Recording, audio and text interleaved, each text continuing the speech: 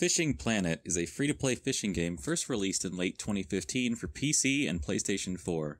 If you watched my Russian Fishing 4 review, you may have guessed that this video was coming. Once again, I'll try to avoid comparing the games against each other unless I feel like it would be useful to do so. I'm reviewing the PC version of the game, but I don't think much changes between the console and the PC version. I started playing this again around Valentine's Day, so the very first thing the game did was hit on me and my wallet. Having narrowly avoided what I can only assume is the phishing equivalent to a Nigerian prince email, it was time to start playing Fishing Planet. And what a planet it is! There are a number of places to go, and from what I've seen, they're pretty varied. I've spent most of my time in the North American maps because they're the first places you can go, as well as having spent all my real-life fishing time in some of these places. But there are maps in Europe as well. There isn't anywhere to fish in Asia, Africa, or Oceania, so if you're looking for that, then you're sadly out of luck. The first thing I noticed once I got to one of these lakes is that they actually look like real fishing waters. There's water striders making little wakes, fish nipping at things on the surface, or just jumping around in general. It's great! One of my complaints about Russian fishing was the lack of any activity on the water, so this is a huge plus in my eyes. If you're AFK for a little bit, a dragonfly will even land on your fishing rod. To me, this says that the developers are fishers themselves, or at least got input from people that are. The graphics are pleasing to look at, even if they can seem a little dated now. I run the game pretty much maxed out, and most of the time it doesn't chug or stutter, so that's nice. Fish and lures are pretty detailed, and I only have some minor gripes about things, like the bluegills being too wide. Seriously, they're some chunky boys. While you can't play Fishing Barbie with the hooks and lures, you can with yourself. The game lets you edit your avatar, however the options for it are pretty limited.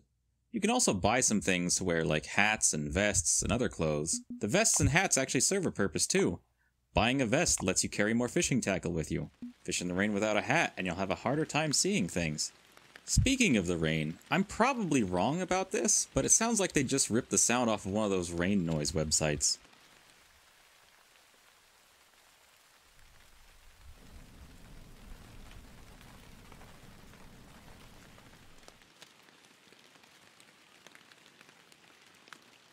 The rest of the audio is fine, though I'm pretty sure if I listen to the noise when you're reeling in much more, I'm gonna go insane.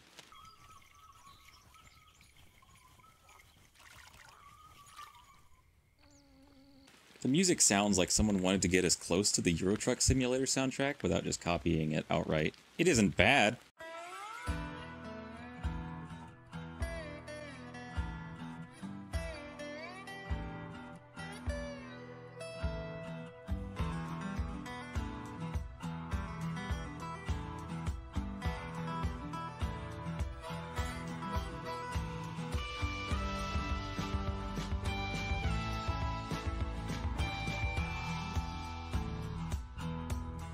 And it only plays in the menu, so I can't fault it too much. But I can't get over the feeling that it's trying to imitate something that brings in way more money.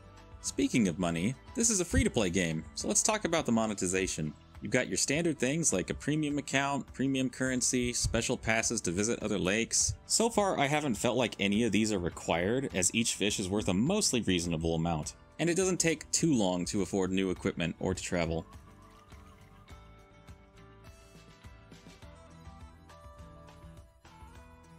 What the hell? I can keep the stick? Sure, why not? What? I got premium currency for the stick? Sometimes you'll complete challenges in the game and be rewarded with bait coins. No, the fish aren't on the blockchain yet. That's just the name of the premium currency. You'll actually be given a surprising amount of these for things like leveling up or completing those challenges. I was really impressed when I leveled up and was just given these on top of non-premium cash. Sometimes it'll just give you items outright. This was one hell of a surprise, especially considering my last experience with the game's monetization closer to its release was so negative. Compared to back then and even Russian fishing's current state, I'm flying through the levels, and I haven't felt gimped by not spending a dime so far. The only thing I felt annoyed about is some items being available to buy with the premium currency long before you can buy them without it, and that's not even so bad. So that's Fishing Planet. The game I originally found to be awful, only to come back years later and see it having massively improved. I know in my Russian fishing review I called Fishing Planet evil, but now I'd say it's closer to chaotic neutral if anything. Let me know what you think of the game or the video. Thanks for watching!